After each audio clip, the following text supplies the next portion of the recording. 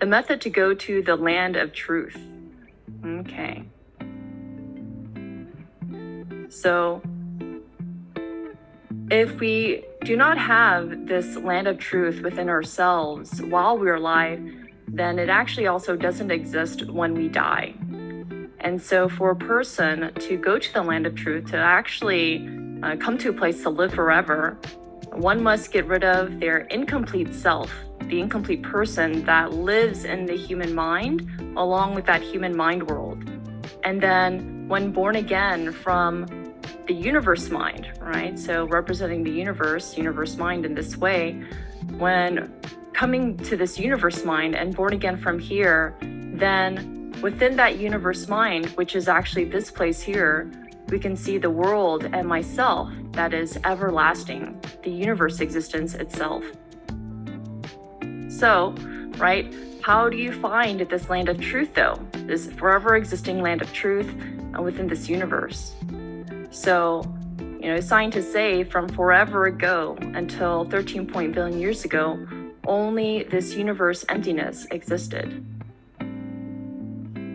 So the universe, but the emptiness is what we're speaking about, that non-material state. And then eventually, even though this emptiness always exists and never goes away, right, everlasting, but at some point in time, about 13 billion years ago, within this emptiness, eventually all of the world that we come to know of the stars, the sun, moon, earth, has started to come out into existence. However, when seen from the perspective of this emptiness, actually the stars, sun, earth, moon had never been in existence. And that's why even when Sakyamuni Buddha, when he came to his great enlightenment, what his enlightenment was that material things, it actually has never been born into the world. It is the existence of no birth. So that's the funny thing, because even though we as people, we think this world exists, but because from this perspective of the universe that's everlasting, never disappears, things that come up for a moment of time and then just disappears with time, it's like as if it never been born, never existed. Yeah.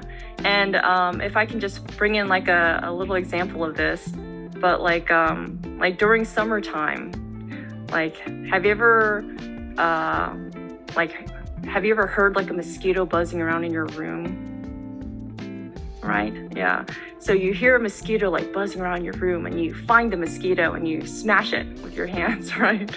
Like, oh, I got it. And then such a victory. Yes, I've got the mosquito, right? But then after I don't know, maybe I think for me, it's like less than 30 seconds. The mosquito, you don't even think about it. It's as if that mosquito wasn't ever even in your room before, if that makes sense, right? So, when you hear the mosquito, it's so obvious, and you're like, I have to find the mosquito, right? And get rid of it. Maybe not all of you, but I am. And then once you do it, right? And just some seconds later, you just don't, it's not even in existence. It's not in your realm. And it's as if the mosquito never even was existing in the first place, right? And in that exact same way, ourselves that comes out to the world claiming to exist, right? Having this life, and even all the things of even the stars, things that have a lifespan of billions of years. But from the perspective of this emptiness, that is the eternal lifespan, right? Forever lifespan. Something that lasts even for 1 billion years and just disappears. Something that lasts 80 years, 100 years and just disappears. From the perspective of the universe, it never even existed in the first place. Yeah. And in that way, it's the existence of where there's no birth of it. There's no true life, no true birth. It's actually just universe. But also to Sakyamuni Buddha's enlightenment of this here, of there's no birth, things just doesn't actually exist individually, it's just universe.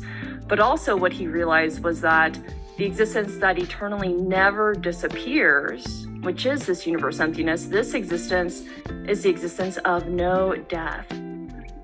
So this is actually very big, no death, because if we actually had the solution to transcend, what we understand of death, which is also false, if we actually had a solution to transcend that idea about death, that experience of death, then actually that is the solution. And that's why Susaniem always just emphasizes, hey, you have to live eternally. You have to live forever.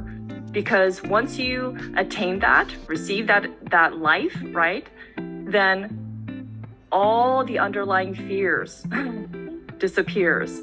All the underlying human mind of attachments and trying to like build and create for yourself and create all your stress and suffering, that naturally resolves, it disappears, it doesn't exist. Yeah. However, even just this enlightenment of, hey, there's no death, that's not it though.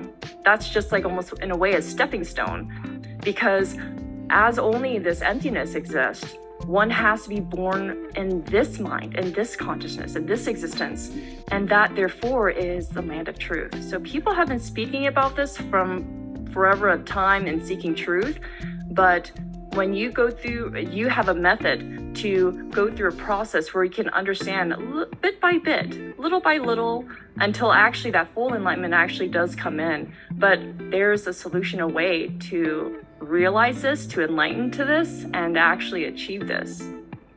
Yeah. But, why haven't we been able to achieve this? Why have we not been able to realize this for ourselves, right? And it's because, this being called me, the human existence, right?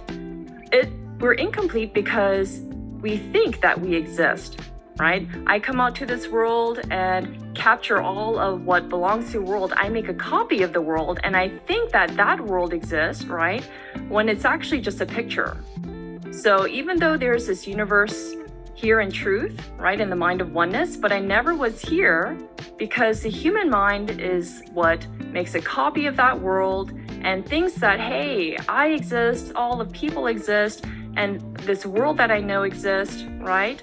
But then if we take a closer look at this here, what it is, the world that is everlasting that's here, and I've never been in the true world of that, but instead, I was just always inside of my mind about the world, but I mistakenly been thinking it to be real because it looks exactly like the world, when instead, this thing is not real, it's an illusion. And I lived being deceived by my own mind of lies. And why is it a lie? Because it's an illusion, it's a copy of the world, and therefore it's not real. And therefore the stress and suffering that comes from there. So Susaniem says that the human mind, it's actually a robot existence. Even though we think we have free will and we have like our way of doing, like we choose, but actually myself coming out, born into the human mind that's given from parents and ancestors, I'm actually just living according to that script, only based on conditions and situations and how the self perceives things to be. I'm stuck in that robotic mind of the human mind. Yeah, so all things that have come out to the world that are material things are like a robot existence, meaning that when the lifespan ends, it just returns to dirt.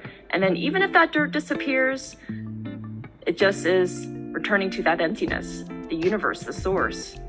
So while we're living, right, to not just stay inside that human mind to just die and disappear, but while alive, if we actually practice a way, know a way to get rid of it, get rid of that false world and that false self, and then when we do get rid of it, then we can naturally see this universe that remains within us. So bit by bit enlightenment, and from there, right, born again. So within this place here that's everlasting, the world and myself that comes out into existence here in this consciousness, and therefore in this existence, this life.